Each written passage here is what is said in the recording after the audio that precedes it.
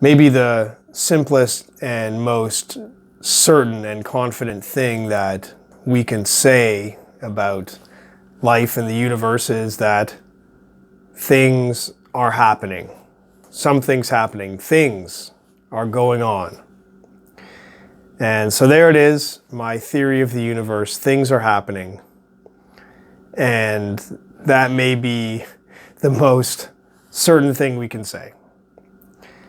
But you're probably reacting as, wait a minute, that's just not enough. We're not reacting like, okay, that's good enough for me. Things are happening. I get it now. Now I understand. We just can't accept that things just happen. It's very difficult to just let things happen for no reason. Of course, we want to know why, this big word why, to explain. We want to get an explanation. Now, there can be levels of curiosity. Some people are curious about almost everything. Some people are happy to not care about anything except things that are, right in their face. But even the least curious person would, if something bad happens to them, they might want to know why it happened. We always want to get a why, an explanation for everything that happens. So I can't really argue against this view since, myself, I love to look for explanations for things. I love to know why things are happening. I like to be curious about almost everything.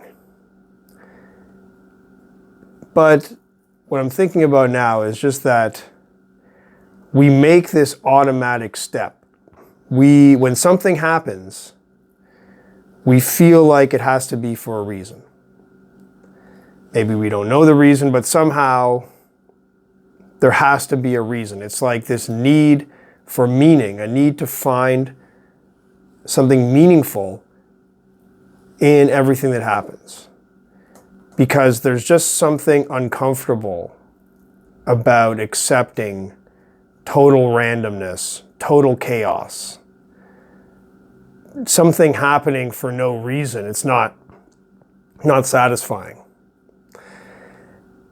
And so for some people, we can have beliefs about why things happen. I mean, when it comes to everyday things, we can look at physics and scientific causes, medical causes for things to happen.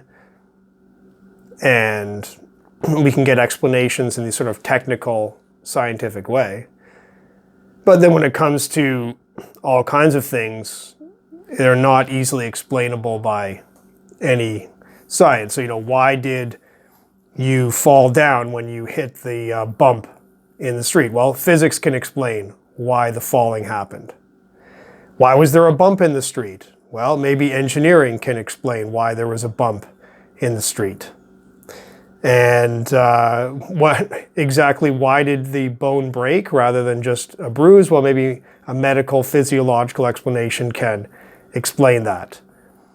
Why did you make the mistake of hitting it? Maybe you could look at, your gait, the way you're walking, and analyze why you hit that bump when somebody else might not have. There's this hunger for explanations. But then, why were you walking down the street at all? What were you doing there?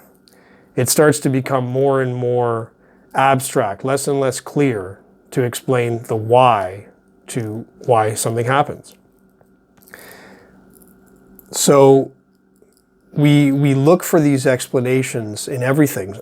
I think even without even realizing that we're looking for an explanation, without even realizing that we want there to be some story behind it. Now, one way to look at it is, well, of course, there's going to be a reason for everything. If you have a causal view of things, where things cause other things, therefore there's always some cause. And we want to know what that cause is. But for simple things like hitting a bump and then falling over, you can look at simple physical causes. But when it comes to human decisions, things happening in life, why did you get or not get that job? Why did you begin or end that relationship? These kind of things don't have a simple causal explanation. So, but we still want to know the reason. So we're trying to find reasons for things that don't have any clear answer to the reason. And that brings us to the whole world of how do we apply meaning? In simple things, we can get simple answers, but whenever there's not a simple answer, whenever it's open to interpretation, now we have this power, this ability to define what the meaning is for all these things. And sometimes I wonder, how much is it we are interpreting meanings and how much are we simply adding the meaning ourselves, just choosing what the answer is to our own question. So how do we assign meaning to things, and how do we answer that question why to try to make sense of all the things that are going on?